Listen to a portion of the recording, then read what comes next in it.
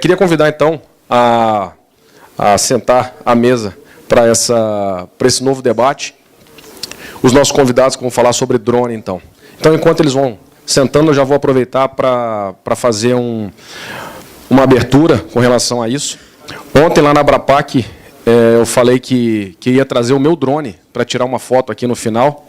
Aí a doutora Priscila Dauer, daqui a pouco eu vou apresentá-la, falou, com a minha nuance? Eu falei, adoro advogado. Então, agora, todo mundo, mesmo voando indoor, precisa de, pelo menos, o conhecimento de todos que estão próximos desse equipamento. Tem que ter autorização dessas pessoas, né? Pelo menos o consentimento delas para que aquilo possa acontecer. Então, a gente vai falar um pouquinho sobre drones hoje. O assunto é bem extenso. Por outro lado, é um caminho sem volta. Essas máquinas estão aí disputando um espaço aéreo com a gente. A maioria das pessoas que voam aí com drone, os pilotos de drone acreditam que o espaço aéreo é muito grande, né? Tem espaço para todo mundo. Mas, eventualmente, disputar um espaço aéreo com eles aí, né, ou nós dentro de aviões, ou nós com o drone, é algo perigoso. Então, vou apresentar aqui as pessoas que a gente vai conversar sobre isso. Nós vamos falar um pouco sobre certificação de aeronaves, vamos falar um pouco sobre os perigos e também como os caminhos que a gente vai tomar para esse assunto, que é, como eu disse, um caminho sem volta. Então, eu vou ler, mais uma vez, disse que aqui é sempre no improviso, né? Mas o Paulão deixou um texto aqui interessante para a gente. Então, de acordo com o levantamento da FAA, Federal Aviation Administration dos Estados Unidos, até 2020 teremos cerca de 7 milhões de drones no ar. O pessoal já tem falado já em entregar pizza. A gente sabe que até uma questão de segurança pública, o drone está sendo usado para entregar outras coisas aí dentro de presídios e por aí vai. No Brasil, estima-se que existem mais de 100 mil drones em operação e, desse total, apenas 48 mil registrados na ANAC. Inclusive, o que eu ia trazer não é registrado ainda. Amanhã será registrado. Eu ia ser preso em flagrante, né? A gente vai falar um pouco sobre isso também, tá? Sobre regulação e impossibilidades de regulação, nós vamos falar sobre isso. Por mais que haja uma regulação ou uma regulamentação, na prática sabemos que nem sempre ela é realmente uma salvaguarda. O temor de um incidente sério não é infundado, como pesquisas relevantes têm mostrado. Então, nós vamos mostrar um vídeo aqui para introduzir isso aí. Esse vídeo, gente, perto dos 40 anos, eu estou aprendendo a falar palavras que eu nunca imaginei que eu fosse falar, mas esse vídeo viralizou. Olha que bacana. Tô chegando lá, tá? Então, a gente vai assistir esse vídeo aí que viralizou na semana passada aí em muitos grupos de WhatsApp.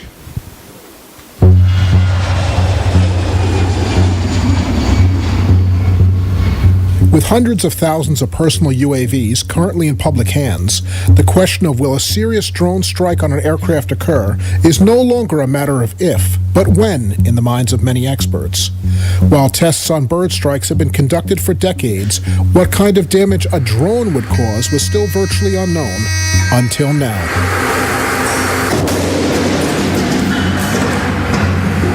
Researchers at the University of Dayton Research Institute are no strangers to airframe impact testing, and they recently partnered with Sinclair College National UAS Training and Certification Center to determine what could happen to a general aviation aircraft if it hit a recreational drone in midair.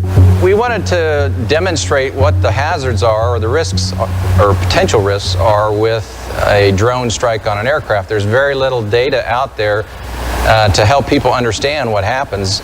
So there has been other types of this type drone testing, but it's been individual components. So they've tested batteries, motors, cameras, and launched them into panels, but not actual aircraft structures. This test was to see what would happen if an entire drone struck the leading edge of an airplane wing. So the drone we use for this type of testing is a DJI Phantom 2, and that's a very popular drone out for hobbyists.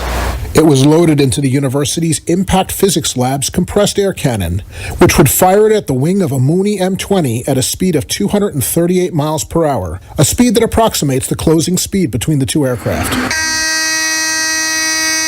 The drone did not shatter apart. It completely penetrated and it was buried inside the wing. You can see a hole in the leading edge here. The main spar is dented. There's several fasteners that are pulled from the spar from the wing skin. There's some stringers that are bent. There's also some tubing inside that was also bent. So there was a substantial amount of damage to the wing. While Poorman believes the aircraft would have survived the impact, he also believes that for a faster aircraft, the results could have been worse. Yeah, if this was a business jet that was traveling twice as fast as what we tested, there would have been substantially more damage to the spar, or could have penetrated a fuel cell, because the energy goes up with the square of the velocity. Poorman has performed simulated bird strike testing for nearly 30 years, and he tested to see what damage a similar-sized bird might cause under the same conditions. To compare the impact of the drone strike to an actual bird strike, we did a simulated bird using a gelatin projectile that had the same weight and it was approximately the same speed. The bird actually just crushed the leading edge and didn't do any internal damage. As the drone population increases, the likelihood of these kinds of events is going to also increase. In my opinion, what we need to do is look at more how the drones are constructed and perhaps make them more frangible and act more like birds do when they impact and they break apart. And I think that's the key for minimizing the risks for these kinds of incidents. In the meantime, Poorman cautions hobbyists to understand the potential for hazardous impacts and to be more aware of the risks when they take to the sky. For AIN TV, I'm Kurt Epstein. If you've enjoyed this video, please give it a thumbs up, share it, and subscribe to our channel. Also, visit... Muito interessante, né? Então, a gente vem discutindo muito sobre bird strike, vem discutindo sobre colisão até com balões, né? Mas o drone talvez é algo, é uma questão de não só brasileira, assim como, né, porque o balão é uma questão brasileira, mas isso é algo que tem chamado a atenção das autoridades mundo afora, principalmente pela popularidade, né? É um equipamento que está se tornando cada vez mais barato e cada vez mais usado. Então, o seu uso agora, até para insumo agrícola, então tem várias utilizações de drone. Então, primeira pergunta, antes até de apresentar as pessoas que compõem a mesa, queria saber quem aqui tem drone? Gosta? Muito. É isso aí, a gente gosta. Né? Hoje a gente vai aprender um pouco a usar o drone com um pouco mais de responsabilidade. E o objetivo do papel, o objetivo desse painel, vai ser a gente difundir a ideia do drone, fazer com que ele coexista com a aviação de uma forma cada vez mais segura. Tá? Então, apresentando hoje o tema e as pessoas que compõem a mesa. Nossa amiga, doutora Priscila Dauer, advogada especializada em aviação, com diversos cursos na área, presidente da Comissão de Direito Aeronáutico da OAB São Paulo, especialista em segurança de voo pela Universidade Anhembi Morumbi e professora lá. Tiveram aula com ela? Ainda não? Espera para você ver como é que vai ser. Tá? Já vai se preparando. Tá? Mas tá bom. Até me perdi aqui. Então, no curso de pós-graduação na mesma instituição. E gestora do departamento jurídico da Abrapac. É por isso que a gente é super amigo, assim, a gente sempre quebra o pau lá em portas fechadas. Mas aí hoje a gente abriu a porta para todo mundo. Tá? O próximo. O Arthur Fiorati, comandante de helicóptero há 17 anos, foi presidente e atualmente integra a diretoria da Associação Brasileira de Pilotos de Helicóptero, gerente da aviação na Península Participações. Para quem esteve lá na Labace, teve o prazer de ouvi-lo palestrar lá também, foi muito bacana, a gente teve oportunidade de trocar ideias lá. Próximo, Diogo Giacomo de Mendonça Ribeiro, comandante de Gulfstream, em companhia do setor privado. Há mais de uma década atuando na aviação executiva, bacharel em aviação civil pela Universidade Anhembi Morumbi. Está aqui sentado hoje, passou aí também por esse mesmo crivo que vocês estão passando aí. Está vendo que estão no caminho certo. E o próximo, talvez mais importante, que é quem vai puxar as orelhas aqui, pelo menos minha e dele. é o Major Ted Otsubo, especialista em controle de tráfego aéreo do Serviço Regional de Proteção de Voo de São Paulo, SRPV. Então, faz um belíssimo trabalho e é talvez o órgão responsável para colocar essa questão mais em evidência.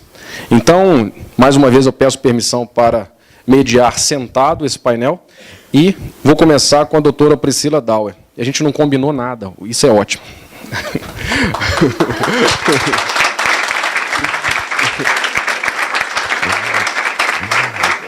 Para quem já teve a oportunidade de assistir as palestras da Priscila também, ela já assistiu algumas palestras na Abrapac, ela na Labace também foi falar lá para o pessoal.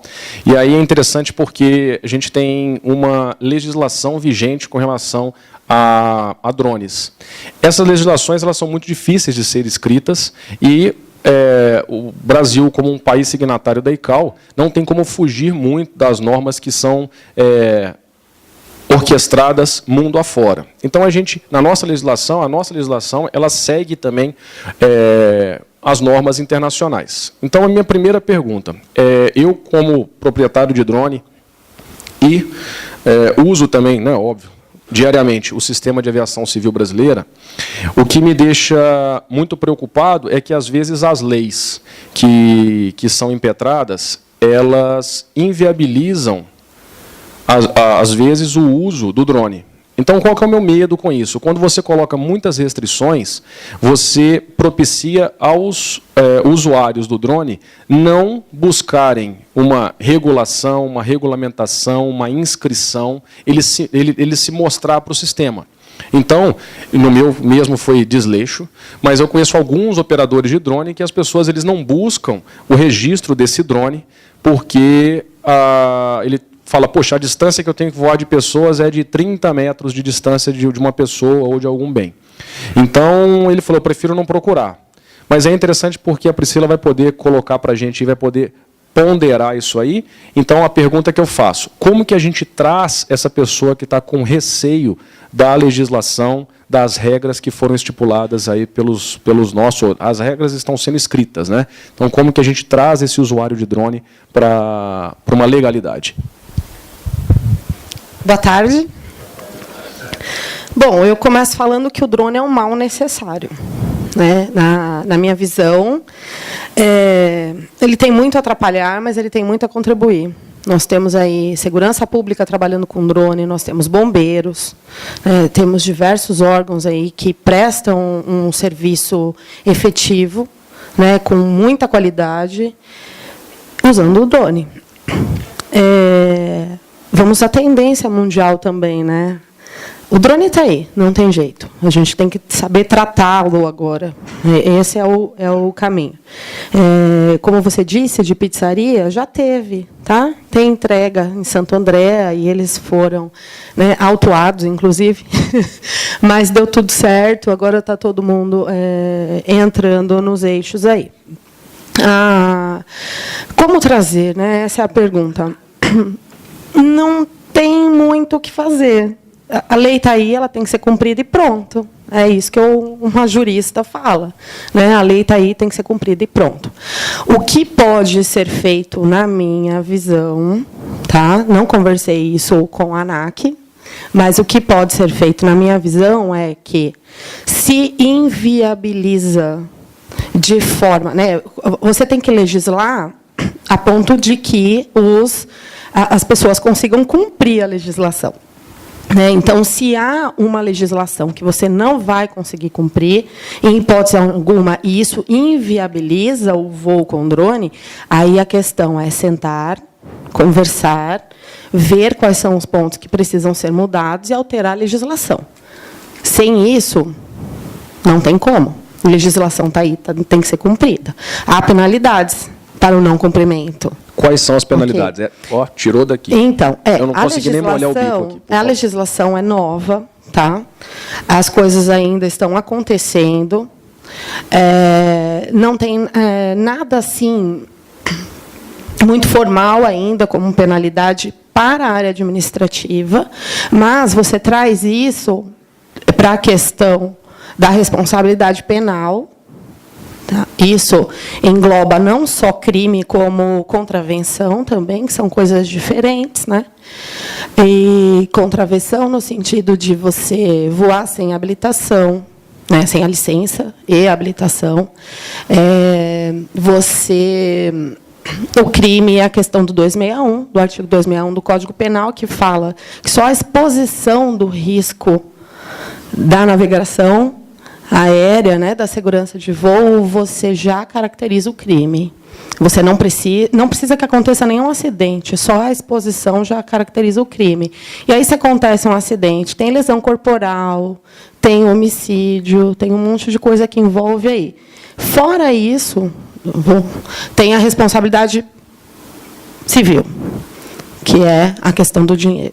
Inclusive, para você conseguir trazer, ele tem que cumprir alguns requisitos, entre eles o de seguro.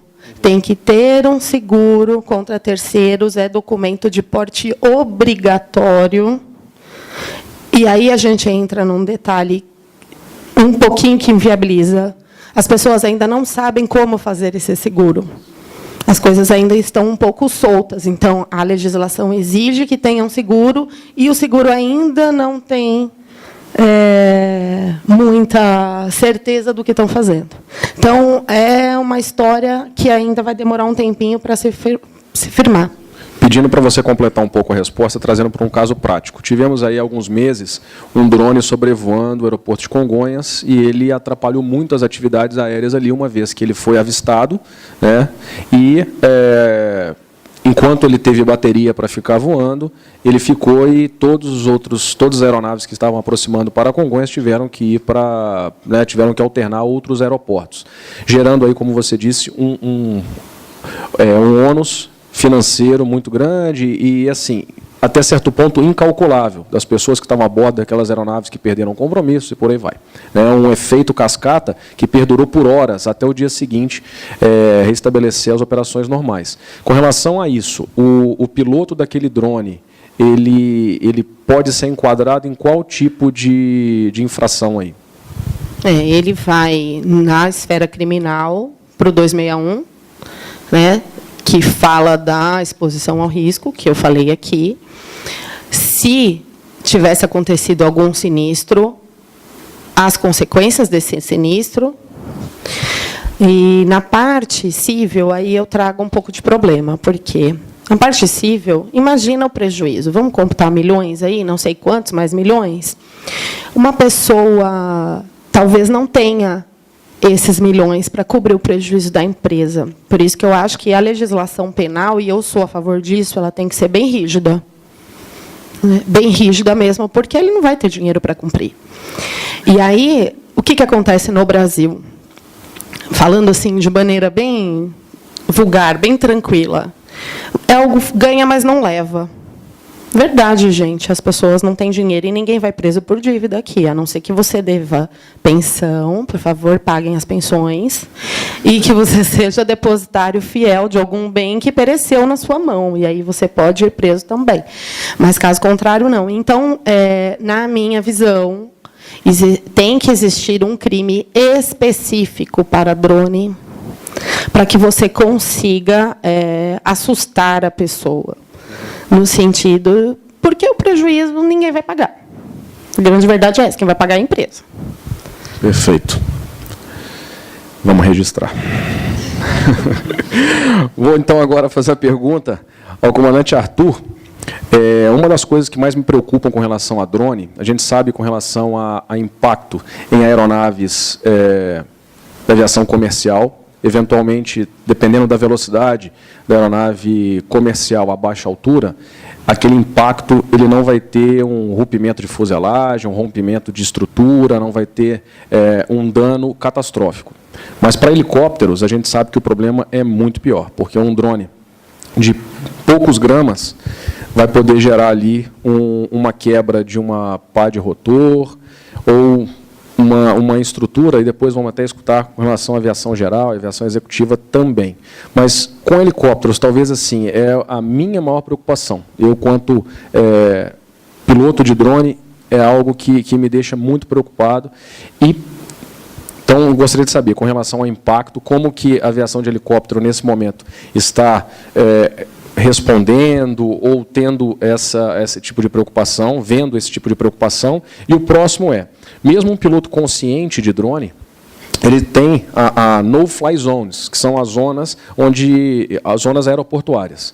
Os helicópteros estão decolando e pousando e voando regiões com uma altitude muito baixa, eventualmente conflitando com o tráfego desses drones também. Como que é visto isso na aviação de helicóptero? Antes de entrar nas respostas, só fazer uma introdução rápida, agradecer o convite à Abrapac de estar aqui participando desse debate. Eu acredito que essa é a melhor maneira da gente atingir soluções para os problemas que a gente vive na nossa sociedade, né? E eu acho que o drone é um exemplo clássico de como que a revolução tecnológica influencia diretamente nas nossas vidas como pessoas e como profissionais, né? Levanta a mão aqui quem há 5 anos era familiarizado com o termo drone. Ninguém, né? Hoje, qualquer criança pede de Natal para o Papai Noel um drone, né? Então, é uma coisa assim, muito dinâmica, muito viva. Por isso que a gente precisa de leis, regulamentos que sejam orgânicos, que consigam se adaptar com a tendência e com a situação atual da demanda de determinado setor, né? Então, para mim, o drone é um exemplo muito clássico disso. Entrando nas suas perguntas, diferentemente da aviação comercial, dos aviões que pousam e decolam em 2, 3 minutos e já atingem uma altitude em que eles estão, teoricamente, livres, por enquanto, de objetos, né, como vamos chamar, de vante, de drone ou qualquer coisa assim, o helicóptero está 100% do voo dele numa altitude que ele é capaz de encontrar um drone e se colidir com ele. Helicópteros e aviões de pequeno porte da aviação geral. Então, para a gente é uma preocupação muito clara. Você citou que é uma preocupação mundial. Eu tive, como representante da ABRAP, eu tive a oportunidade de participar de algumas reuniões com representantes do mundo afora, americanos, australianos, europeus, japoneses. É uma preocupação clara para todos eles. É um problema para a aviação no mundo todo, né? E eu acredito que uma das maneiras de você trabalhar isso é a conscientização, né? São vídeos como esses que a gente acabou de assistir, todo mundo deve ter visto também, aquele da BBC, que é um caso trágico, né? Que é um helicóptero de resgate chegando no hospital, que colide com um drone, e aí você vai ver uma criancinha que tá no comando do equipamento. Então, eu acho que essa é a maneira da gente trabalhar, conscientizar as pessoas. Nós somos responsáveis por isso, porque nós somos técnicos e somos da área que conhece os riscos que esse equipamento apresenta. O leigo, muitas vezes, não conhece. Ele compra o equipamento porque ele achou legal, deu para o filho, ele não sabe o risco que aquela coisa apresenta para a aviação, né? Então, é muito fácil você localizar... eu estou até medo de usar essa palavra, mas às vezes tem o bom senso. A pessoa sabe que está próxima do aeroporto, não vou voar ali porque tem e tal. Não é o caso de algumas pessoas, mas na maioria das vezes a pessoa tem esse discernimento. Mas, como você bem colocou, no caso dos helicópteros, o leigo, o usuário, ele não tem a condição de se antecipar que um helicóptero está chegando a 200 por hora porque tem um heliponto ali atrás que ele não conhece. Então, imagina um litoral, eu vou exemplificar, o litoral norte de São Paulo. Sol, verão, praia, todo mundo querendo pegar a foto para postar no Facebook e Instagram, e de repente vem uma aeronave e arrebenta no meio e pode causar um acidente sério. A minha maior preocupação também é a colisão com o rotor de cauda, porque principalmente a baixa velocidade é uma manobra muito difícil de ser realizada se você perde o rotor de cauda, né? Então a chance de um acidente catastrófico é muito grande se isso realmente acontecer. Como evitar? Estamos aqui para discutir, estamos aqui para entender. A gente está no início da curva do aprendizado do que esses equipamentos podem fazer. Essa solução proposta no vídeo de terem drones fabricados com equipamentos que se desintegrem em caso de colisão, talvez, é uma coisa que vai ser apresentada no futuro. Enquanto isso, a gente tem que lidar com esses riscos, como a gente lida com diversos outros rotineiramente, colisão com pássaro ou qualquer coisa que seja. Ótimo. Muito obrigado. Continuando com essa discussão, então, volto a dizer, o nosso expertise é com relação relação à aviação comercial. Eu quero estender agora para a aviação geral e para a aviação executiva. Então, comandante Diogo, com relação à aeronave que você voa agora,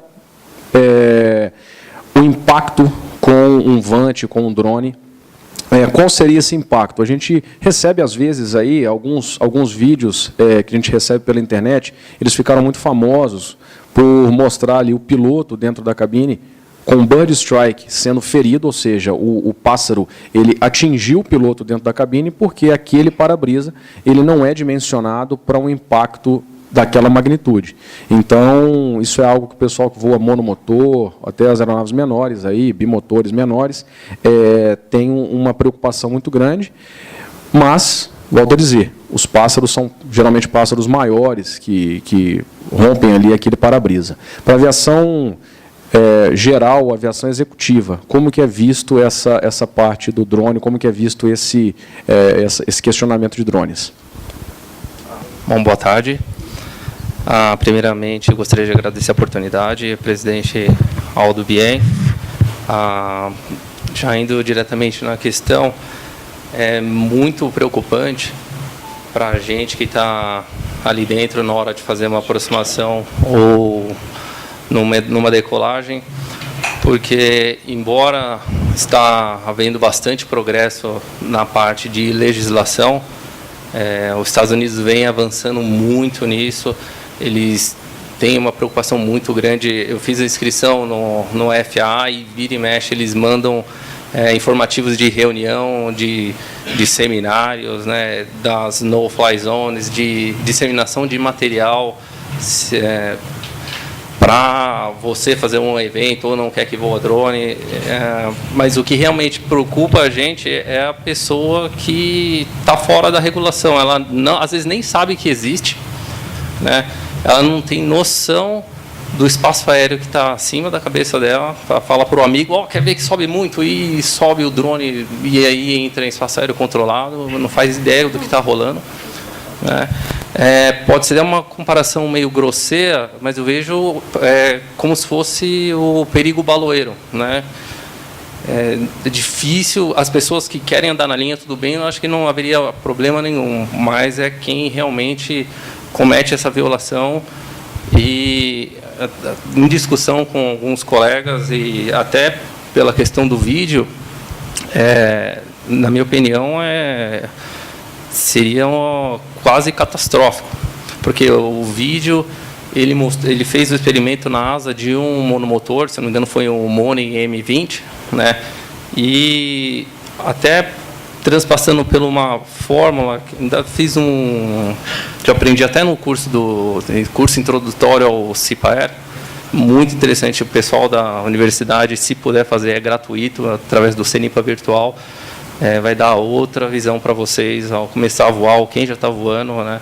Hoje em dia é muito importante que vocês já vão para o Aeroclube e comecem a voar com esse tipo de mentalidade sobre a segurança, gerenciamento da segurança operacional. A nossa velocidade de aproximação com o peso desse drone Phantom 2, que ele tem 1.080 gramas, numa velocidade de aproximação de 160 nós, que é o início de um procedimento, que dá aproximadamente 296 km por hora, é um impacto de 3,6 toneladas. Né? E aí, como o próprio vídeo explanou, que o drone, ao contrário do impacto do pássaro, o pássaro se desfaz e os danos são meio que externos, né? Principalmente externos. O drone ele entra como uma bola de boliche, ele vai destruindo por dentro, né? E ali, no meu ponto de vista, é um dos impactos mais otimistas, que é na asa. Se for no para-brisa, eu acredito que é fatal. Se for na superfície de comando do estabilizador horizontal, vai ficar, acredito que ficaria sem controle de pitch. E outra coisa que eu não vi ninguém falando, nem no vídeo, é sobre a bateria do drone. São baterias de LiPo, que é lítio polímero. São várias células que compõem essa bateria. Esse lítio polímero é altamente instável. Se você perfurar essa bateria, ela estufa, em 10 segundos pega fogo. Imagina dentro de uma asa de jato que você tem tubulações de sangria, você tem cablagens, além do tanque de combustível, né? E essa bateria sendo perfurada. E indo mais além, se entra um drone desse no motor, numa câmara de combustão a 1000 graus Celsius, né? Aí dá para ter uma ideia da proporção dos danos que isso pode acontecer. No nosso caso, na nossa organização, a gente tem os SOPs das aeronaves, tanto da asa rotativa como da asa fixa também. E assim que houve esse caso de Congonhas, o nosso GSO já mapeou esse perigo, levou ao conhecimento dos nossos gestores, né? E aí falou, a gente precisa fazer alguma coisa. E imediatamente foi inserido no nosso SOP a questão da autoridade do piloto em comando a qualquer tipo de avistamento de drone, em qualquer aeródromo que seja. Em São Paulo, até pela consciência que você falou, por ter um aeroporto perto eu não vou voar, pode ser que seja menor. E num aeródromo não controlado, que os perigos são inumeramente maiores, não só de drone, mas com as outras operações, né? Como que a gente lidaria com esse tipo de situação?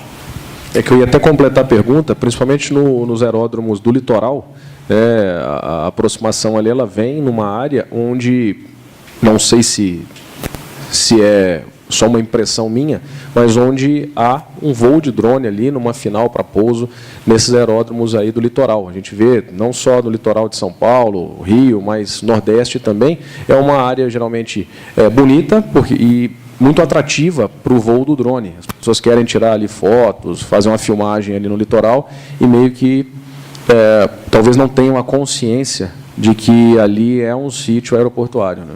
Não, é verdade.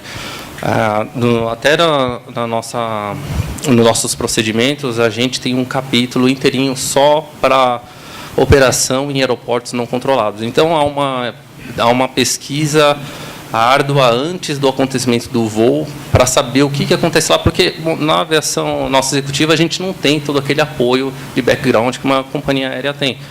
Então, nós vamos atrás, ligamos antes. Se a gente não consegue falar com ninguém no aeroporto, a gente liga na prefeitura, acha algum responsável do aeroporto, ou o guarda-campo, que seja, até o tio da lanchonete, lá, como é que é aí, como é que está o asfalto, o que acontece ao redor do aeroporto, em caso de emergência, quem que supre incêndio, bombeiro, o pessoal está ciente. Então, a gente faz um levantamento completo para antes do nosso voo acontecer, como já aconteceu em alguns lugares, de ter pista de aeromodelo do lado do aeródromo, né?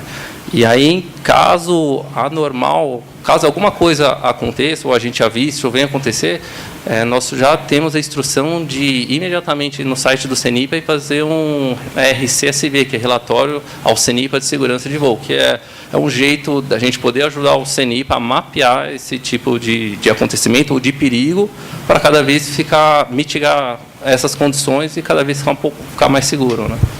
Perfeito. Então vamos lá, deixei por último, porque vamos explorar bastante também. São as pessoas responsáveis agora. Então, peço ao Major Ted que... Na verdade, eu vou te dar liberdade, eu não vou fazer nenhuma pergunta específica. A gente sabe que o trabalho de vocês é um trabalho muito árduo. A SRPV São Paulo tem que lidar com o espaço aéreo mais movimentado do país e, com relação a helicópteros, a gente sabe que é um dos mais movimentados do mundo. Então, volto a dizer, a minha preocupação ela é muito mais direcionada a helicópteros. Eu tenho uma preocupação muito maior com relação a eles. E queria saber, então, o que o SRPV São Paulo, qual que é o trabalho que vocês estão desenvolvendo, desempenhando, qual que é a filosofia, o que vocês precisam da gente, de comunidade aeronáutica, de pilotos, como que a gente vai fazer para minimizar os efeitos desse, vamos chamar de perigo, como a Priscila falou, mal necessário. Depois a gente conversa sobre isso. O mal necessário dos drones. Mal necessário. Uma boa tarde para todos. Queria agradecer a oportunidade, porque, na verdade, é uma oportunidade aqui da gente conversar e realmente esclarecer algumas coisas. Esclarecer a necessidade da sociedade, esclarecer as ações que as entidades governamentais estão adotando para que, juntos, não existe a gente estava falando no começo aqui, né? Nós somos uma engrenagem. A aviação comercial, a aviação privada, a aviação de asas rotativas, as entidades governamentais, sejam elas prestadores ou que contribuem com a parte de segurança de voo, estamos todos no mesmo caminho. Então, assim, é uma oportunidade ímpar. E essa possibilidade de a gente fomentar pesquisa, fomentar estudos, para que a gente consiga realmente atingir o nosso objetivo. O drone é um mal necessário? Mas é uma ferramenta extremamente importante para a gente. Eu não sou usuário de drone, tá? Mas eu vou falar pelo que a gente analisa diariamente. O SRPV São Paulo é responsável pela área São Paulo e Rio de Janeiro. Em torno de 50 avaliações de análise de voo de aeronaves não tripuladas são feitas diariamente. Talvez um pouquinho mais, talvez um pouquinho menos. Isso, os que estão registrados e aqueles que fazem realmente um voo que é, na verdade, comercial. Por quê? Eu queria esclarecer uma situação, né? A gente precisa ser bem claro do que a gente está falando. Existe o aeromodelo e existe o RPA. O drone, ele normalmente é chamado, chama-se de drone, mas ele é uma aeronave remotamente pilotada. Essa aeronave remotamente pilotada, ela tem um cunho que não é recreativo. Então, eu quero fazer, por exemplo, um aerolevantamento. É importante? É importante. Extremamente importante para levantamento de obstáculos, para o pessoal fazer medição de solo, de terreno, aerofotogrametria. Também temos o uso na agricultura? Temos. A gente foi procurado por uma empresa que ela faz um mapeamento e ela faz o acompanhamento do crescimento das plantas diariamente. Se eu usasse um helicóptero, qual seria meu custo? Entende? Para que eu aplique, foi falado aqui hoje de manhã sobre o emprego da aeronave agrícola, né? A aeronave agrícola que o piloto ele acaba inalando o produto químico. Com o RPA eu já não tenho isso. E o RPA ele tem uma coisa de bom. Eu programo ele para que ele use as coordenadas específicas, o custo dele de perda de produto que ele está fazendo, a pulverização é muito menor. Então, assim, é um mal necessário? É necessário. É necessário para o fomento da indústria? É. Eu vou até falar daqui a pouquinho uma coisa até que vai acabar surpreendendo os senhores aí, pelo menos alguns de vocês. Com relação à parte de legislação, o que o Estado tem feito? A gente tem participado de painéis, inclusive faz em torno de uns 15 dias, o coronel Jorge Vargas, ele foi participar na China num painel sobre RPA. A gente está com bastante dúvida e, assim, na verdade, estamos todos tateando.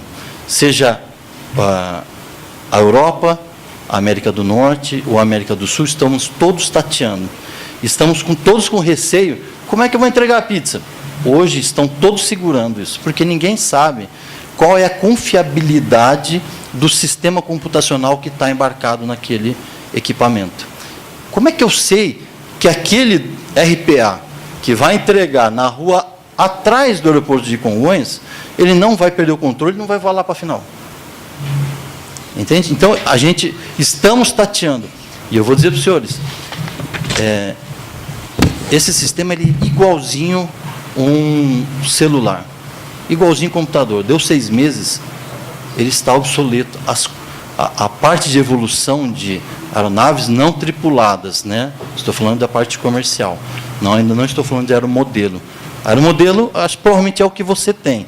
É que você usa em casa, eu vou filmar as crianças, vou filmar aqui dentro de casa, vou fazer uma filmagem individual numa viagem. Isso é o uso de aeromodelo. Quando a gente trata de RPA, é o que o Comando da Aeronáutica faz. A gente analisa qualquer tipo de evolução dentro do espaço aéreo. E uma outra situação que eu gostaria de esclarecer. Dentro do governo, nós temos 2 entidades que são responsáveis pelas aeronaves não tripuladas. Existe a ANAC. A Agência Nacional de Aviação Civil ela é responsável pelo certificado de aeronavegabilidade, pela licença do piloto, por uma série de coisas relativas tanto ao observador, ou ao piloto remoto, ou ao equipamento. E existe uma outra parte governamental que trata especificamente do uso do espaço aéreo. Então, assim, quando a gente fala em uso do espaço aéreo, o uso indevido do espaço aéreo é da nossa competência do Comando Aeronáutico. Quando os senhores avistarem, tiverem notícia, sejam pilotos ou não, tiverem uma visualização de um drone, de um RPA ou do aeromodelo próximo ao aeródromo, liguem para uma autoridade aeronáutica. Por quê? Nós, da torre de controle ou do controle de aproximação, a nossa orientação é imediatamente acionar a Polícia Federal, dependendo da situação, ou a Polícia Militar. Por quê? É um crime. E a nossa principal função é zelar pela segurança dos senhores. O Comando Aeronáutico ela não tem a função de angariar fundos, mas ela tem a função de prover a navegação aérea e a segurança, pelo menos do espaço aéreo. Então, liguem para a gente, falem na fonia. Estou vendo aqui um drone no meu lado direito, aproximadamente tal posição. Nós vamos imediatamente chamar a polícia. No caso inclusive essa semana a gente estava tratando desse assunto. Foram 2 ocorrências. Uma foi em janeiro de 2017 e uma foi em setembro ou outubro de 2017. Tinha um drone, estava próximo à cabeceira 35, o outro estava aqui próximo do Banco Itaú. E uma das ações que o Comando da Aeronáutica pode fazer, porque quando existe qualquer ocorrência, tem 2 coisas que a gente tem que identificar. A materialidade, né, doutor? A materialidade, quando a gente diz, é a ocorrência do fato. Existia um RPA ali? Existia. Ok, materialidade está ok. Tem que existir uma outra coisa para a culpabilidade, que é a autoria. Nesse caso da autoria, o que a gente está pesquisando junto à Polícia Federal e à Polícia Civil? Se houve um inquérito, e nesse inquérito houve a identificação do responsável pelo RPA ou aeromodelo, nós temos um instrumento, que é a Junta de Julgamento Aeronáutica, que eu posso implementar uma multa administrativa, desde que eu identifique o equipamento, que é a materialidade, e o responsável por ele. Por isso que é importante, às vezes, o registro. Aí ele vai pensar 2 vezes antes de registrar. Porque, a partir do registro, eu identifico quem é o dono. Se eu pegar o RPA, tem uma codificação debaixo dele, opa, esse aqui é do Luiz Cabral. Ih, vou lá nele. E vou fazer um processo de multa. E sem falar a denúncia que nós vamos fazer junto à Polícia, seja ela Polícia Federal, Polícia Civil, para fazer o trâmite do inquérito, do processo crime, e da iniciação e coisas mais assim. Entendeu? Então, esse é o cuidado que nós, do Comando da Aeronáutica, estamos fazendo. Com relação à instrução, eu sou totalmente a favor, como o Arthur falou. Eu até estava conversando com o Cabral. É um trabalho nosso de sociedade. Por quê? É mais fácil a gente instruir ou a gente orientar quem está com a intenção de fazer o uso de forma correta e comercial. Por quê? Porque uma empresa ela quer ter uma fluência, ela quer ganhar dinheiro, e é a nossa função. O Estado ele tem que fomentar realmente isso com a empresa. Então, a gente chega nessa empresa e fala... Porque vou deixar disponível ali uma apresentação, se os senhores quiserem pegar depois, os senhores vão ter ideia do tipo de equipamento que a gente trata. A gente não trata com esse tipo de RPA que bateu na asa ali da aeronave. Isso daqui é recreativa. Nós trabalhamos com uma aeronave que tem com um RPA que tem uma envergadura de uma aeronave normal tripulada. Nós tivemos uma solicitação, chama Heron. Ele fez todo o mapeamento dos oleodutos da Petrobras, desde o norte de Campinas até aqui em São Paulo. É uma aeronave perfeita. É uma aeronave mesmo. Cinza, com todos os sensores de laser, termais. Ele conseguia ver parte do subsolo. Ele tinha comunicação com o controle de aproximação. Ele tinha transponder. Ele tinha a DSB, que eu conseguia fazer a vigilância com ele. Assim, nós não estamos tratando com os não profissionais. A minha preocupação nós não estamos tratando com pessoas amadoras, nesse caso. Mas nós estamos preocupados com a instrução de quem é amador. É o pai que gosta muito do filho, compra um brinquedinho para ele, e ele não tem, às vezes, a noção do perigo com que isso vai acarretar. Essa é a nossa situação. Então, mas pode perguntar. Caso do incidente recente que nós tivemos na Arena Continópolis, que você apontou, graças ao trabalho da polícia, a pessoa foi identificada e tem presa. Mas o RPA estava literalmente na altura do helicóptero da Polícia Militar. Então, assim, é muita irresponsabilidade, né? Muito. E é um trabalho bem árduo, né? E eu queria saber o tamanho do RPA que foi apreendido. O senhor tem esse tipo de informação? Eu não tenho as características do equipamento. Eu fiquei sabendo também do assunto, mas eu não tive acesso às características do equipamento e às ações posteriores. Isso eu não sei, infelizmente eu vou ficar te devendo. Major, se a gente puder, então, na próxima rodada, mostrar um pouco dessas imagens, porque eu acho que consegue, o pessoal que não está familiarizado com esse tipo de equipamento, porque, mais uma vez, a gente está vendo ali um Phantom, um Mavic, que são drones pequenos, né? Agora, esses que nós estamos falando são drones no tamanho de uma aeronave, às vezes até maior do que um monomotor, do que um bimotor, né? Então, se a gente puder, depois da sua apresentação, na próxima rodada, a gente passar pelo menos algumas imagens, a gente coloca aqui, pode ser? Com certeza, pode. Com certeza. Ótimo. Então, vou voltar à doutora Priscila, e era a pergunta que eu já estava pensando aqui agora. Priscila, quais são as categorias, não precisa de falar todas, de uma forma sucinta, as categorias, então, de vantes, de drones, de objetos que estão voando, controlados remotamente? Ela tem uma tabelinha espetacular que ela vai deixar disponível para a gente também. E aí, até para completar, enquanto você acha aí a sua colinha, certo. É o seguinte, o que cada legislação, ou seja, o que é necessário para cada um desses vantes, drones, tá? Eu falo também. Ótimo. Eu gostaria só de fazer uma observação, coisa rápida, complementando. Eu fui numa loja outro dia. Na verdade, eu estava no shopping, estava com um amigo no shopping, passeando, ia resolver um negócio, comprar umas coisinhas, e tinha uma loja de brinquedo com um drone espetacular na vitrine. Lindo. Aí eu olhei para o meu amigo e falei assim, não consigo, eu preciso entrar lá. Aí entrei. Não, é verdade, isso teve um final trágico. Eu entrei e falei assim, não foi. Olha só, eu falei, a legislação já estava funcionando, tá? Eu entrei na loja e falei, a senhora pode, por favor, pegar aquele drone que está na vitrine para mim? Eu queria ver o peso. Ela falou, posso. Aí pegou, achando que eu ia comprar de presente para o meu filho, né? Aí peguei, olhei, bom, não tem uma balança aqui, mas, né, você consegue ter uma ideia de peso. Aí eu falei assim, você pode me mostrar a caixa? Porque estava a exposição na vitrine, né? Ela me olhou, eu falei, eu preciso dar uma olhadinha aqui na caixa, ver as especificações e tal. Ela falou, tá bom. Foi lá no fundo, revirou, demorou 20 minutos, trouxe a caixa. E o meu amigo assim, você vai fazer isso? Fala, vou. Aí peguei a caixa, olhei, não tinha instrução de peso, não tinha registro em metro, não tinha nada. Aí eu falei assim para ela, olha, sabe por que eu fiz isso? Eu não vou comprar o drone. A senhora, como dona de loja, agora, que vende um drone, eu estou lhe orientando de graça.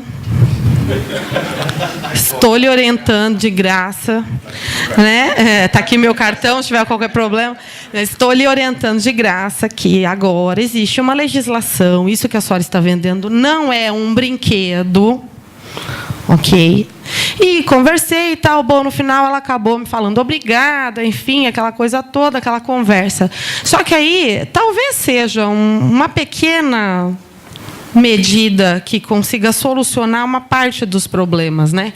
Quem vende o drone ter essa responsabilidade, ter essa instrução, essa orientação, porque a princípio eles não sabem, a mulher fez cara de espanto para mim, eles não sabem. Então Então, talvez seja aí um dos caminhos, né? Essa orientação para quem vende o drone. Fala, olha, eu não posso vender para você, precisa ser maior de idade, seu pai precisa estar aqui, precisa fazer o registro. Quem sabe o drone só possa sair da loja se o registro tiver sido feito na ANAC na hora. Igual arma. Arma não é assim? Drone é arma, gente. Desculpa, é arma branca, mas é arma. Se eu dou com um drone na cabeça de alguém, mato alguém, e aí? É arma. Então, talvez seja uma solução. Desculpa, vamos lá à pergunta do Cabral agora. Então, olha só, a classificação, ela é por peso máximo de decolagem, tá? Massa / quilo. A classe 1 é de RPA com peso máximo de decolagem maior do que 150 quilos. Deve ser esses grandes aí, né?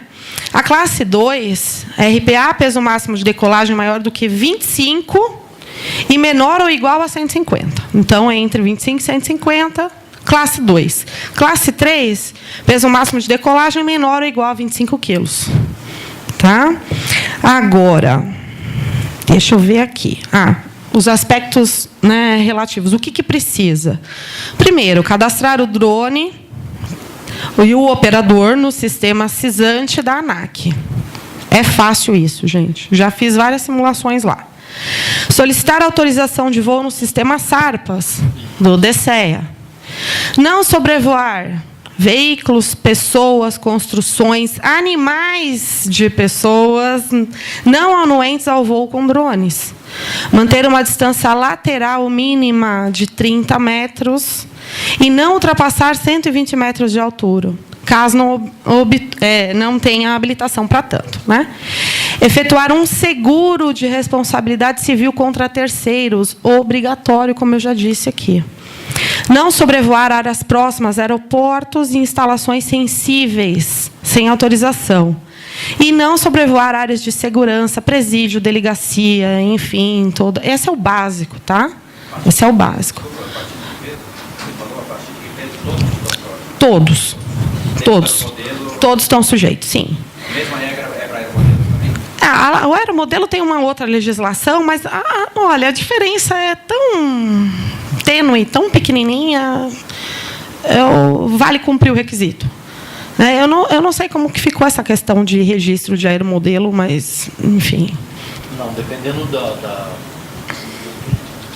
dependendo do peso máximo de decolagem, até 250 gramas, que são os brinquedinhos, né? Você vê aqueles helicópterozinhos e tal. Aquilo não vai fazer nada. Não.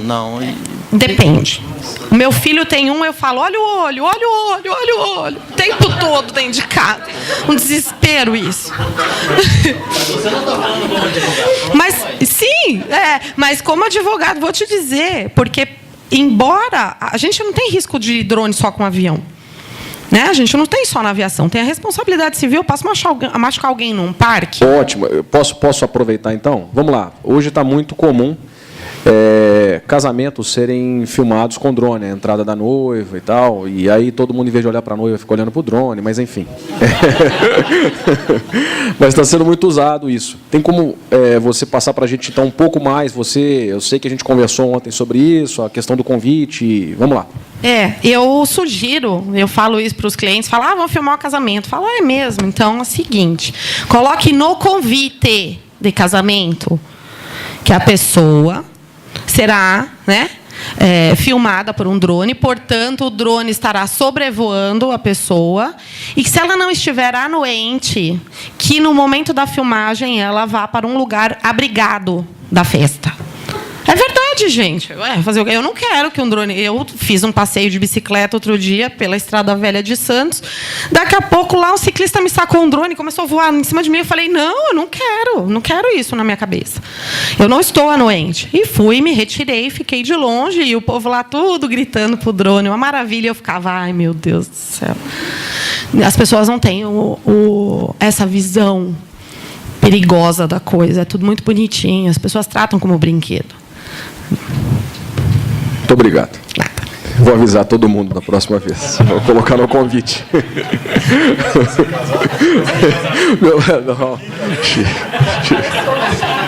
Eu estou no último. Perguntar de novo para o Arthur agora, e aí, na verdade, vamos até estender antes da gente ver as imagens lá desses drones maiores, desses VANTs. Qual que é o papel hoje do piloto e, principalmente, o papel do piloto de helicóptero? A gente sabe que, poxa, dentro de uma vida corrida é muito complicado a gente ter que fazer os reportes, a gente sabe que, assim como outros perigos que estão no nosso espaço aéreo, colisão com pássaros, balões, o drone passa a ser mais uma a ser alvo de reportes nossos. E a gente sabe que depois que passou ali a situação, a gente acaba não reportando e tudo. Então, o que a gente pode deixar aqui como legado daqui para frente, essa comunicação aberta, nós quanto associação, como que a gente pode ajudar a comunidade de helicópteros a difundir, e qual que é o papel do piloto de helicóptero agora com relação aos drones? Eu acho que isso vale para todas as ameaças e todos os riscos que são inerentes ao voo, né?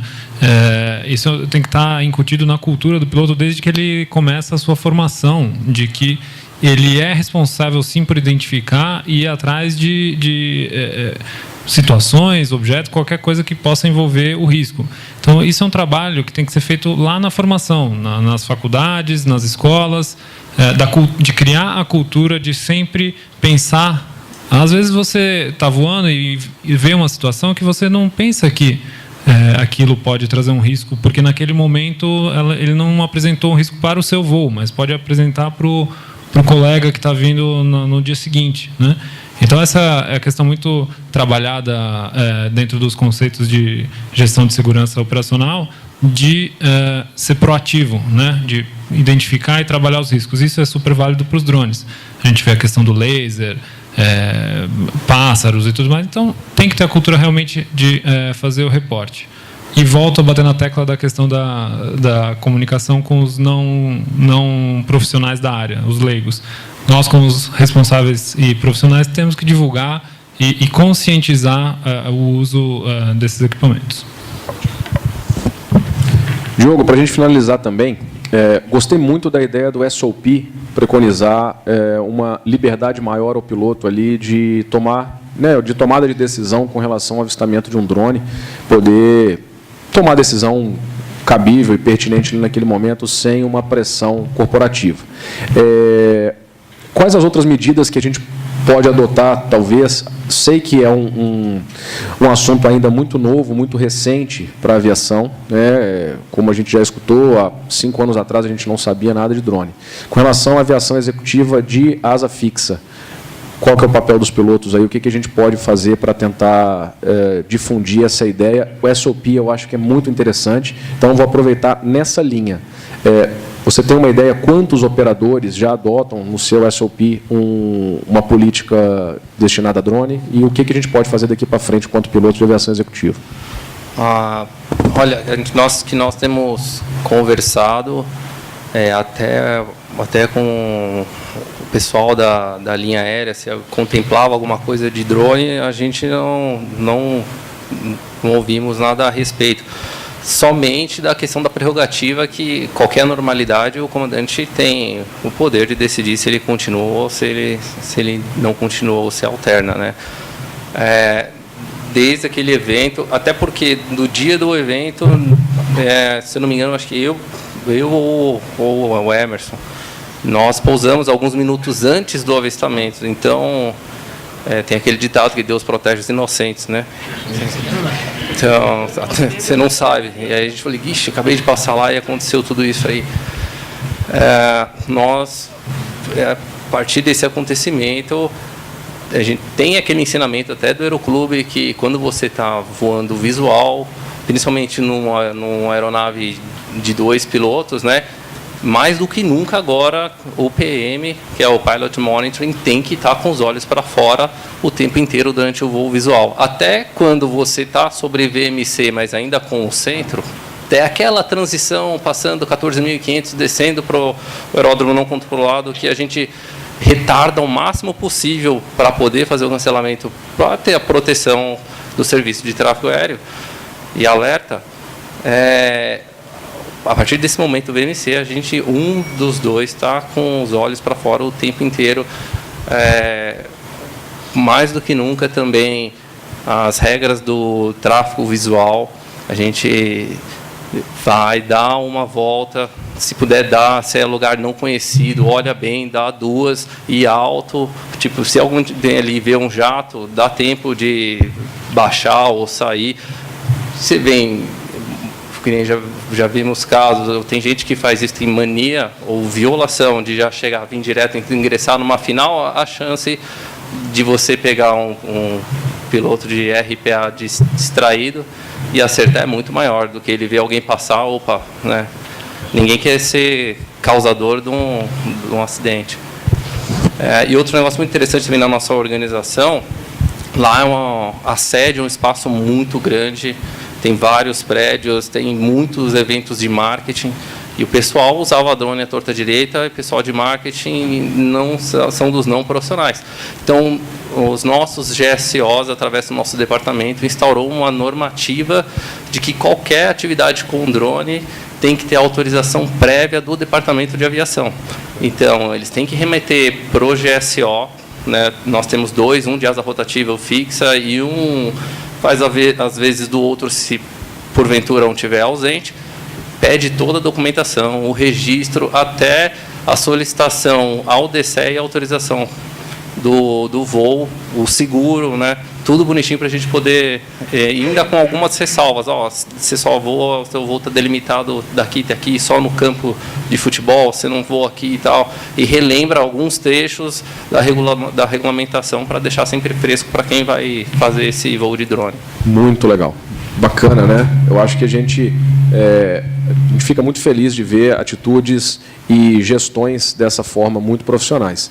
E talvez serve como um grande exemplo para os outros operadores também, por que não a gente difundir essa filosofia, essa ideia. E para finalizar, então, peço ao Major Ted que faça a apresentação, pelo menos das fotografias, se a gente puder colocar no ponto aqui. Alguém já tem alguma pergunta enquanto ele acha lá no ponto lá? Tem uma pergunta? Espera aí que eu vou até aí. Pergunta para quem? A doutora. Cuidado. Olha a minha fã. Bom, meu nome é Fabiano. Referente ao seguro que você falou, já existe alguma empresa, ou você pode chegar lá na Porto, alguma empresa que eles já entendem, se você quer fazer seguro de drone, eles já sabem qual é o procedimento, que tipo de seguro que é? Como que está funcionando isso? Isso está engatinhando. Mas existe já empresa que faz isso, são empresas específicas. Olha, eu vou ficar te devendo a resposta se a Porto está fazendo ou não, mas, para te dar um exemplo, existem algumas empresas já específicas nisso. Eles ainda não conseguem englobar tudo, né? Ainda estamos gatinhando, mas já existe. Tá? Mais perguntas enquanto a gente põe no ponto aqui? Bora lá, pelo menos achei um adepto aqui. Boa tarde, obrigado pela oportunidade, eu acho muito legal poder discutir isso aqui. Meu nome é Fábio, eu trabalho na Península. É muito fácil a gente discutir aqui sobre legislação, sobre penalização para as pessoas que entendem o assunto. Eu acho que a nossa preocupação tem que ser quem é que acha que os drones vão entrar legalmente no Brasil? Quem é que acha que nós não temos uma questão de contrabando como as armas têm? Quem é que acha que uma regulamentação por exemplo, de uma arma vai permitir vai coibir o mau uso? Então, o que nós temos aqui pela frente é discutir a parte da sociedade que está avessa à legislação.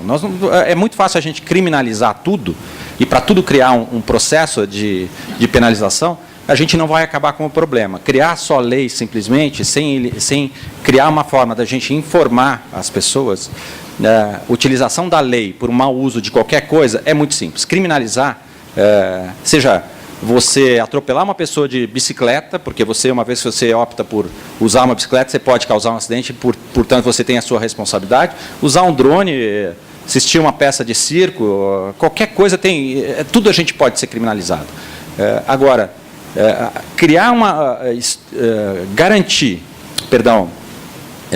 ameaçar com a criminalização a utilização dessas ferramentas, vai coibir, vai eliminar o risco que nós temos?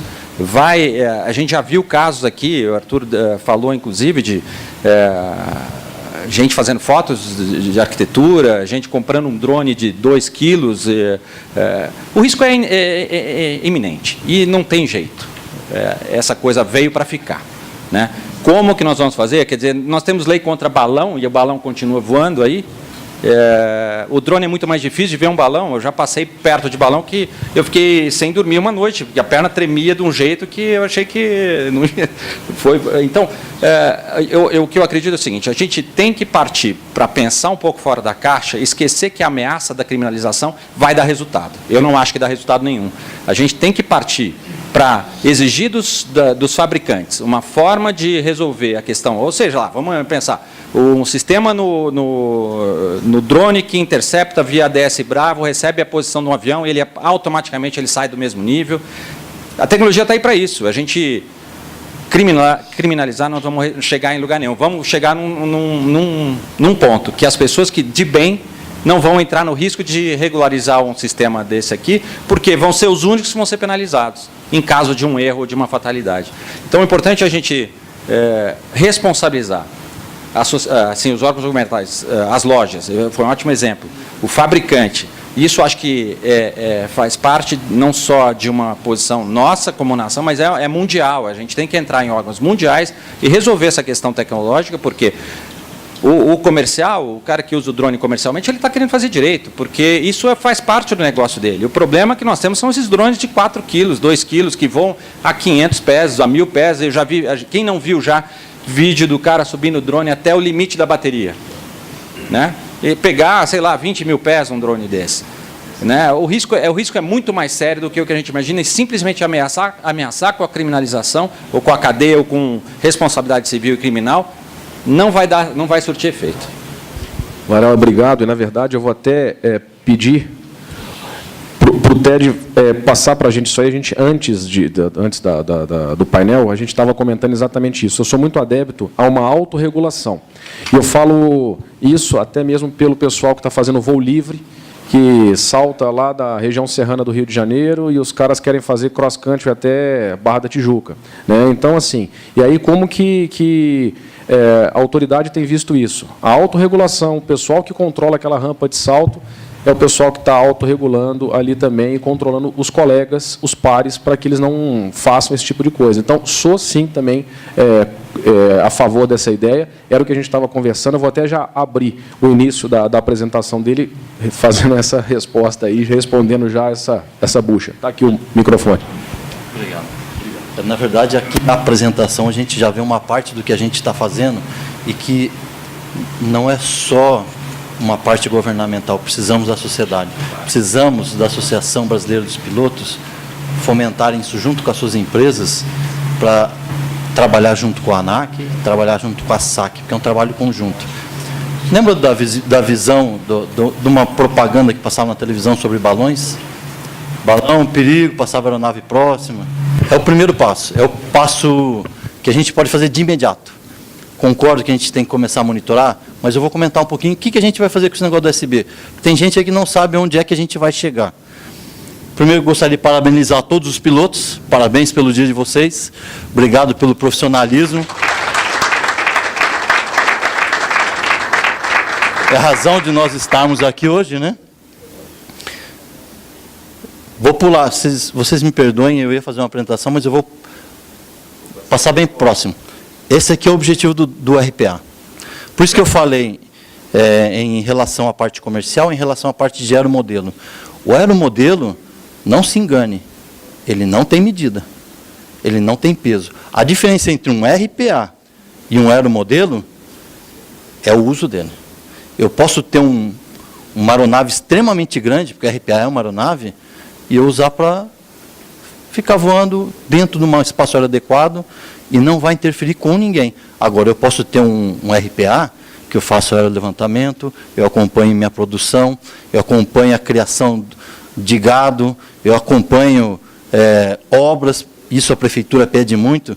Às vezes ele está fazendo uma ponte, se eu pegar um helicóptero para fazer a filmagem e depois fazer uma montagem de andamento de obra, vai ficar dispendioso, eu uso o RPA. Então, isso aqui é o objetivo do RPA. Onde nós temos o emprego do RPA hoje?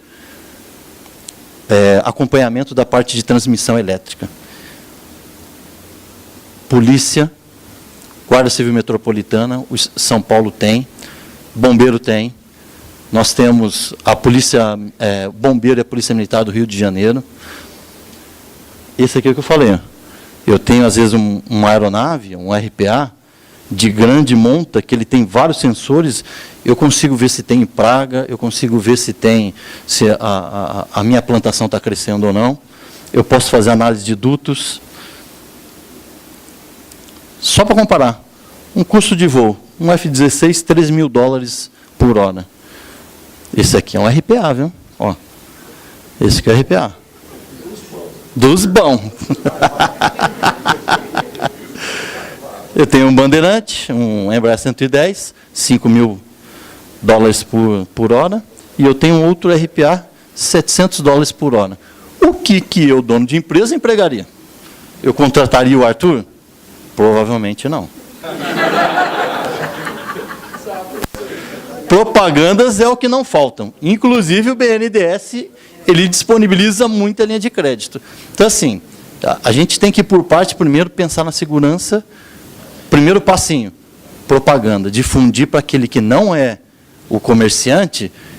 Toma cuidado, Felipe, porque se você botar esse negócio no ar, você vai matar 120 pessoas dentro de uma aeronave. Só para os senhores terem uma ideia, isso aqui é uma quantidade de movimentos que a gente tem feito de análise. Olha só, 2017. De 2016, 65, 2017, 3.750. Isso é o que vem para a gente, sem falar aquilo que não vem. Esse aqui é a normatização, pensando nisso, o mundo todo está preocupado. A gente esteve recentemente, na verdade faz 15 dias, a gente esteve em Washington para analisar o centro de controle deles, o Command Center, que é a parte do CGNA, que é o Sistema de Gerenciamento de Navegação Aérea, e o TRACON, que é o controle de aproximação de Washington, Baltimore e algumas outras localidades. E a gente falou muito sobre isso aqui. Eles têm muito receio sobre isso daqui. O FA está assim, a gente está adiantando, mas a gente está com muito receio de como trabalhar de forma segura. Por isso que tem os usos irresponsáveis, né? Opa! A foto lá de Curitiba, quem conhece. Isso aqui é a parte botânica lá de Curitiba. Da onde será que saiu? De helicóptero não foi. Ó, final do RJ. Ele é pequenininho. E esse aqui provavelmente seja de uso aeromodelo. Isso aqui a doutora já falou, são os artigos que a gente se enquadra, pode ser através de crime do Código Penal ou crime menor.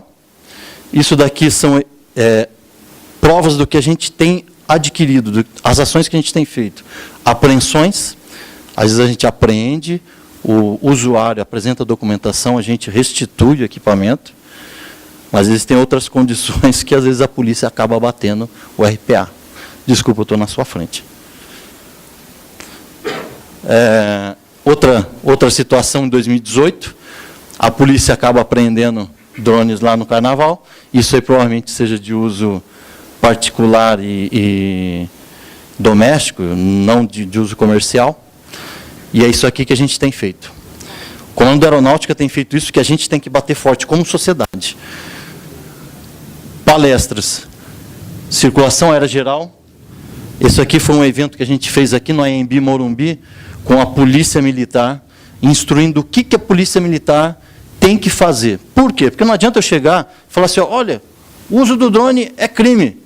Aí eu chamo a polícia, vem cá, aquele cara lá está operando um drone. Aí isso aconteceu. O policial chegou lá e falou assim, você está voando com isso daí? Estou. Cadê sua documentação?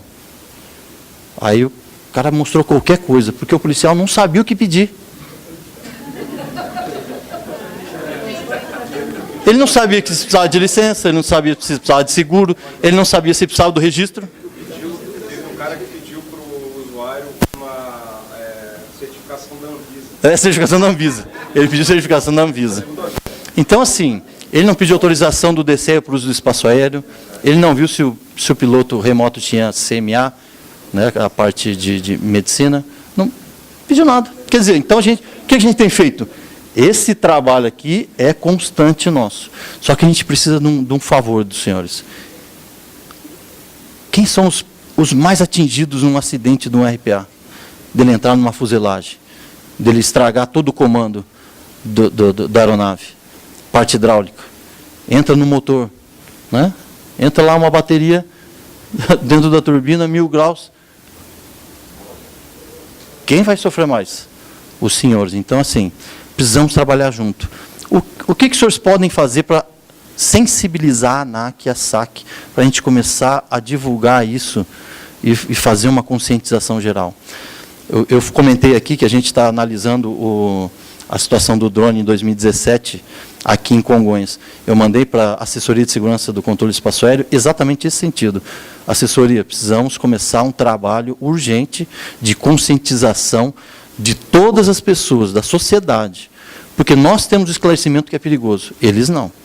Então, já vai começar por parte da DCEA, talvez folder, em simpósios, chamar operadores. Hoje teve uma reunião, o ano passado teve uma...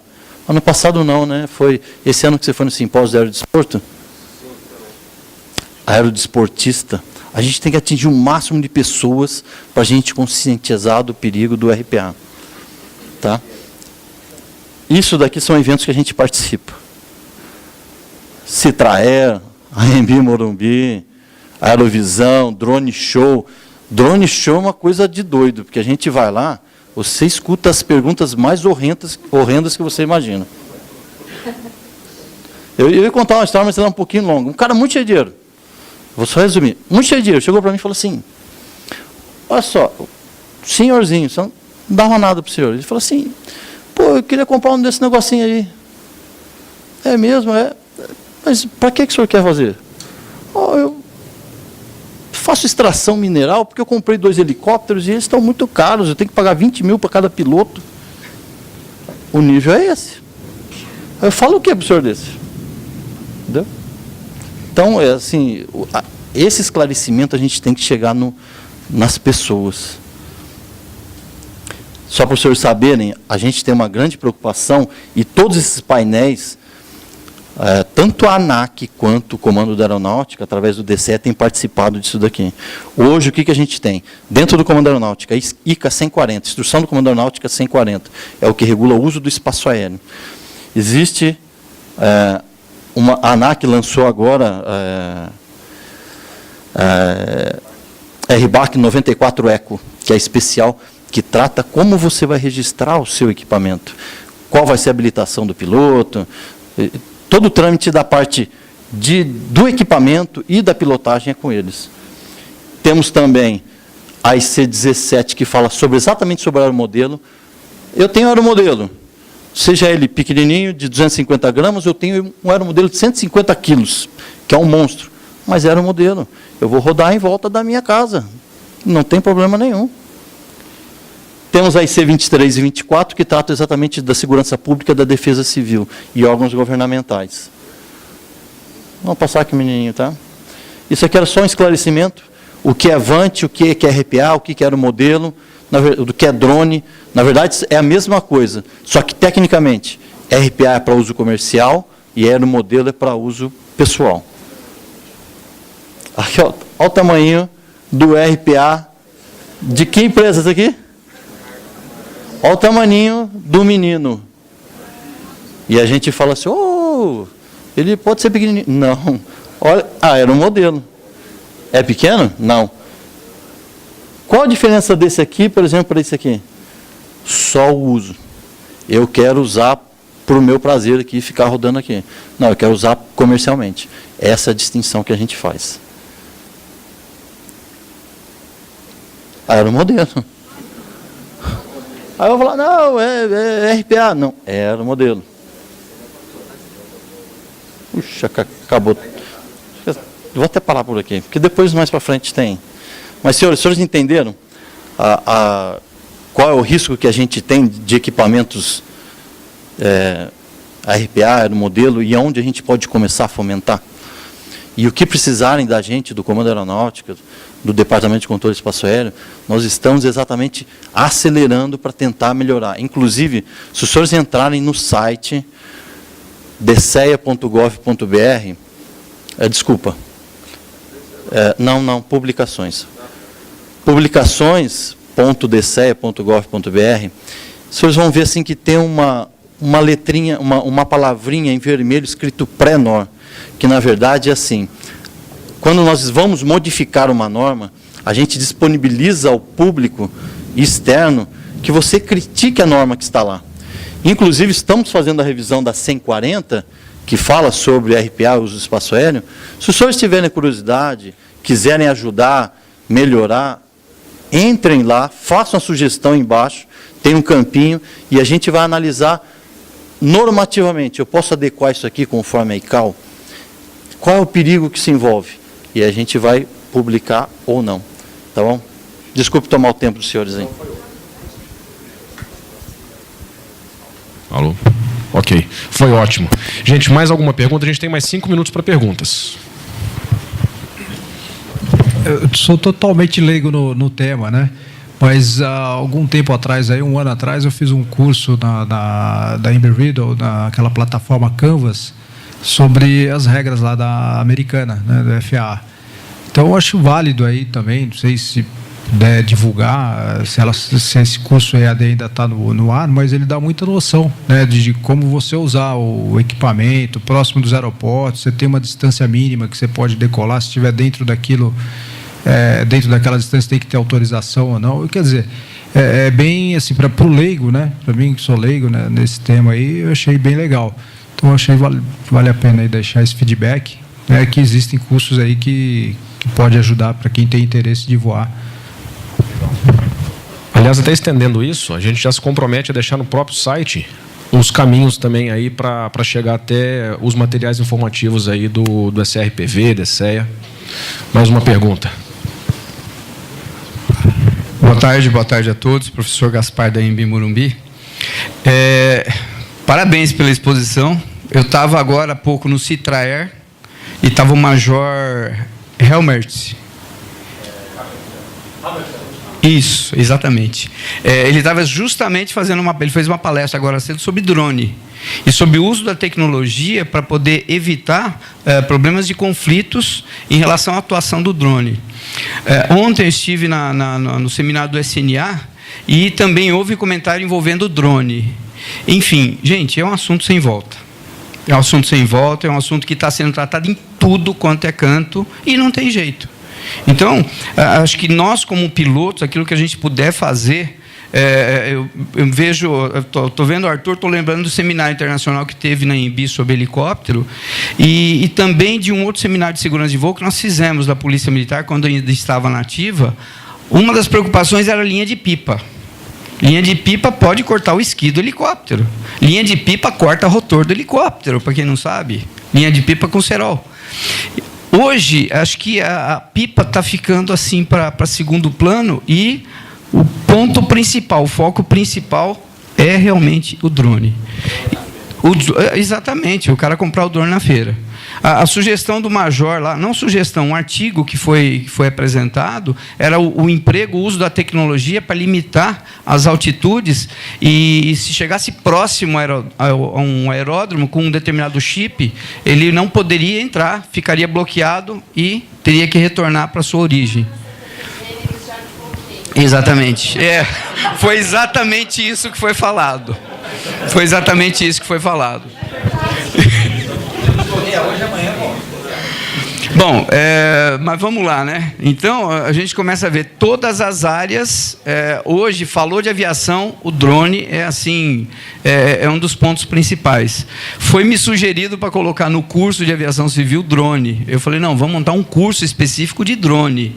Tanto é que nós fizemos esse curso, até que você mostrou a foto, nós fizemos um curso para a Polícia Militar, quando eles ainda estavam em vias de implantar. Hoje está implantado. Hoje tem o choque, tem unidades de policiamento, tem no bombeiro, tem em todas as áreas, tem drone, patrulhamento ambiental. Então, assim, para onde que nós vamos, gente? O que nós vamos fazer?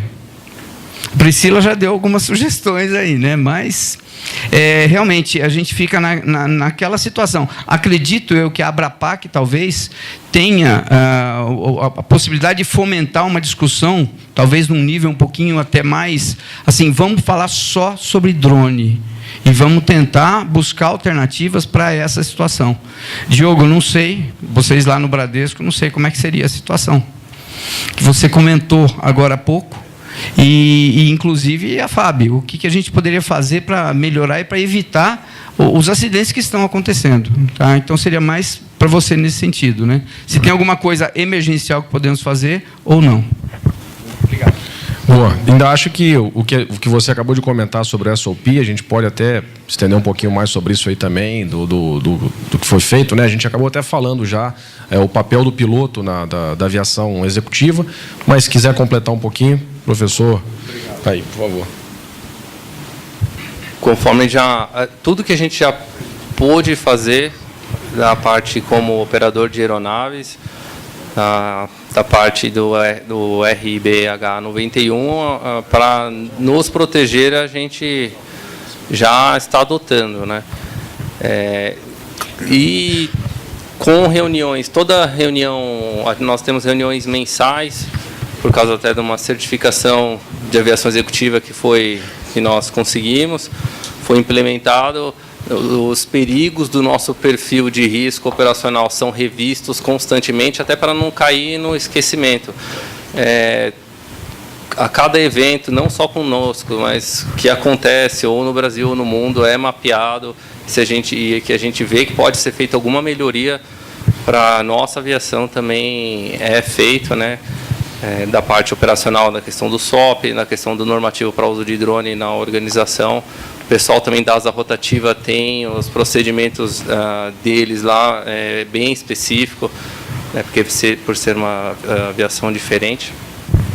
Mas a gente tem que não deixar cair no esquecimento, achar que fez alguma coisa e aquilo nunca mais é revisto, procurar sempre a melhoria constante, né? Só para deixar uma lição de casa para vocês, porque a gente não tem tempo, um termo, gravem, anotem e pesquisem. Eu não vou falar. eVTOL. Ok? O Cicasso fez palestra para a gente lá na UAB. Isso. eVTOL, pesquisem. Aí vocês vão ver onde o drone vai parar. Tá bom? Obrigada. Posso falar um pouquinho? Até eu ia falar que o pessoal ia ficar de cabelo em pé, hein? Na verdade, a gente foi procurado por umas empresas, eu não vou falar a marca da empresa, né? A gente foi procurado por essa empresa, e eles estão desenvolvendo um drone, um RPA capaz de transportar 4 pessoas. A intenção, na verdade, é empregar em cidades de grande movimentação e dificuldade de deslocamento. Então, vão empregar na cidade do México, a intenção é usar aqui em São Paulo. A gente ficou até assim, né? Porque a gente falou assim, se entrar esse negócio aí, os helicópteros, a tendência é acabar. Acabar não digo, mas o uso do helicóptero ele vai ficar um pouco mais restrito. Do helicóptero não. Não, é porque... Exato. Então, assim, nós estamos já pensando, se os senhores acham que o drone é perigoso, agora vamos colocar que foi a orientação deles. Qual é a rota que ele precisa? Congonhas, Guarulhos, Vila Olímpia, com alguns pontos específicos, que é o ponto comercial de São Paulo, para as residências dos empresários. Agora nós vamos colocar a área do controle helicóptero, que fica ali na final da 17. A gente vai colocar helicóptero e vai colocar o eVTOL. O eVTOL serão plataformas que comportam até 4 drones, que cada drone carrega 4 pessoas.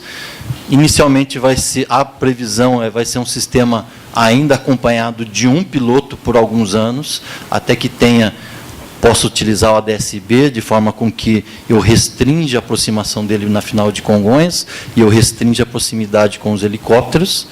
E mais para frente a intenção é ser um voo totalmente autônomo.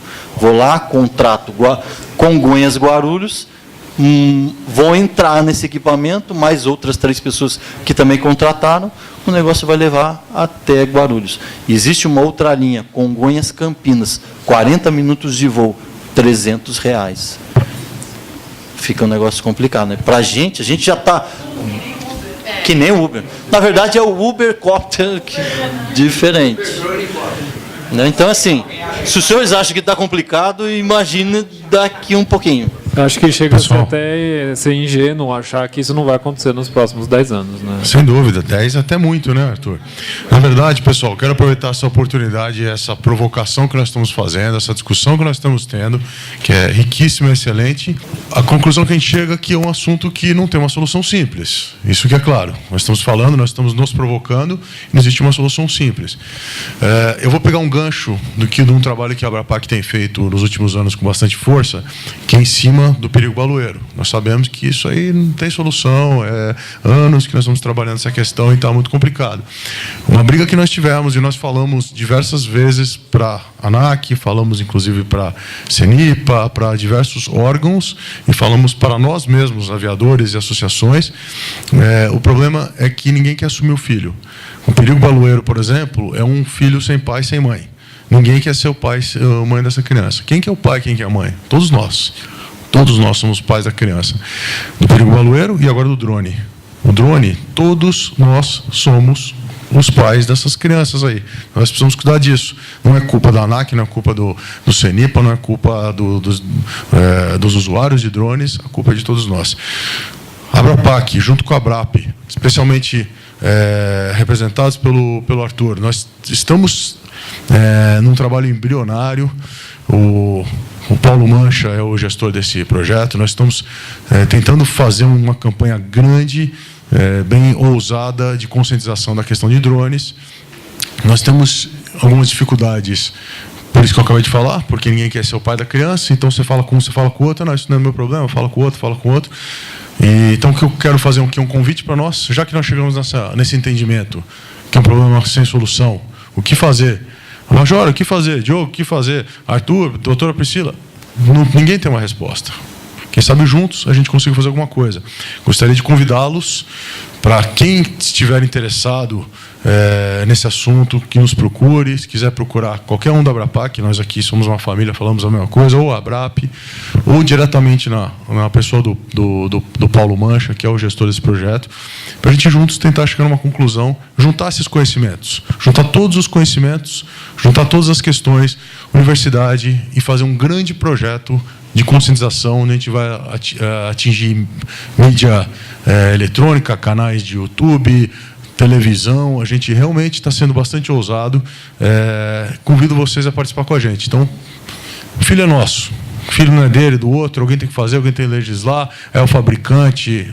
Somos todos nós, pessoal. E aí, se a gente assume essa criança aí, a gente inspira e que os outros participem junto com a gente, até porque os outros não vão querer ficar de fora, né? Ninguém, quando vai todo mundo, é a movimento de manada, a gente acaba inspirando positivamente para que aconteça. Então, convido vocês, vamos resolver essa questão de drones. Ela está no começo. Perigo baloeiro é mais complicado, ele já é antigo, já é cultural. O drone está no início. O Arthur falou muito bem, 5 anos, está no início. É a hora de a gente atuar, é agora. Quem que vai atuar? Todos nós, pessoal. Não dá para trabalhar sozinho nessa questão. A Abrapac e as demais associações, citei a Abrap junto nesse projeto, a gente faz esse trabalho de juntar pontas. É isso que a gente faz de melhor. A gente junta pesquisadores, a gente junta profissionais, legisladores, e juntos a gente consegue atingir objetivos. Nós não temos uma função aqui de bater de frente com ninguém, de ser donos da verdade. Não é esse tipo de papel que a Abrapac tem. A Abrapac tem o papel realmente de juntar pontas. Por isso eu estou nos provocando para que essa questão que hoje não tem solução seja solucionada por quem? Por todo mundo que está aqui.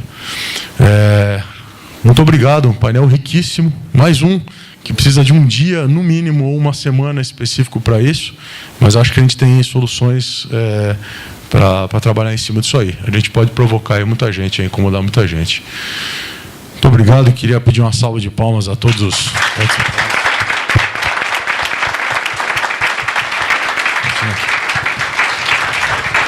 Aproveito para convidar aqui o Bertassini a entregar a placa aqui para o pessoal. Deixa eu só falar um detalhe que eu estava pensando. O Ben estava comentando que o balão é um problema cultural, né? Cultural e local. O drone é um problema cultural, de uma geração diferente. A geração de agora é a geração do drone. É um problema de cultura também. O meu filho, como o seu filho, como o filho dele, como os nossos filhos, vão crescer na cultura do drone. Os filhos, a minha geração, nasceu na cultura do balão. Que o balão era bonito, o drone é o novo balão. A gente tem que pensar nisso. E, de novo, é um problema social, não é um problema... A sociedade, quando a gente fala de um drone entrar num avião, num motor, que nós vamos ser os afetados diretamente, eu concordo e discordo. Hoje, todo mundo é sobrevoado por um avião. Então, um drone afetando a nós diretamente, que estamos a bordo, quem está embaixo também vai ser afetado. Com um parente vítima ou com o objeto caindo em cima da sua cabeça, né? Hoje, todo mundo aqui é sobrevoado por avião o dia todo, enfim... Exatamente. Você perder um amigo, ou então a mídia, realmente. A mídia impacta a vida de todos nós, né? Todo dia. Todo mundo se sente comovido quando vê um acidente na televisão ou na mídia, enfim. Todos nós nos sentimos comovidos por um acidente. Então, acho que é um problema social e não um problema cultural mundial. O desafio é maior ainda. O local talvez a gente resolva daqui a alguns anos. O balão vai acabar. O balão vai acabar um dia. As crianças não veem mais graça no balão. Talvez lá no interior ainda. O meu filho nem sabe o que é balão. Fala para ele fazer um balão, ele não sabe. Pipa é um problema que também está acabando. Pipa só tem nas férias. Na minha época eu empinava pipa o ano inteiro. Hoje não tem mais pipa. O problema vai ser o drone. O drone que você compra na feira e vai voar ele a 1 km de altura tirando foto da sua casa, da sua família, enfim. Beleza, pessoal? Vamos lá agora. As homenagens ao pessoal. Obrigado por terem vindo. Para entregar uma lembrancinha para vocês. E o Abrapac é a casa, né? Tem muita coisa para fazer, muita coisa. Precisamos da ajuda de todos. Eu acho só mais um recado que eu gosto de falar para todos. A gente que está aqui envolvido, a gente tem um caminho muito fácil nas nossas mãos. Uma coisa que a gente lá fala sempre para os pilotos. Relatório de segurança. Esse é um caminho que está imediatamente na nossa mão. A gente, não tem como ajudar, eu não sei. Faça um relatório de perigo. Na escola, no aeroporto, para a empresa, enfim. E uma troca que eu acabei de aprender aqui com o Diogo, uma coisa que a aviação, de manhã, a gente viu a aviação 121, 10 anos à frente da aviação de negócios, né? Eu acabei de ver uma coisa que a aviação da linha não tem. Nós, na empresa que a gente trabalha, não tem absolutamente nada de mitigação a drone. No nosso SOP não consta isso. Então é uma situação que, para a gente, se a gente encontrar isso amanhã, talvez a gente não saiba como resolver. Vocês já estão na nossa frente. Então é uma coisa que é uma troca de informação que fica valendo muito. Obrigado.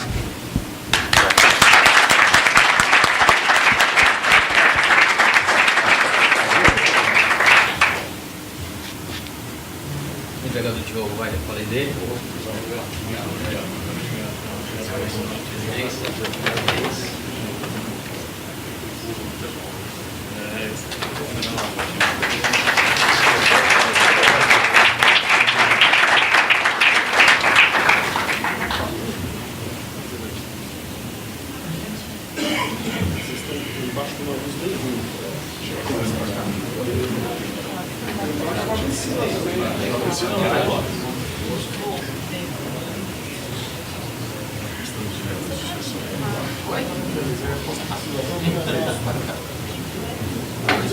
Vamos agora.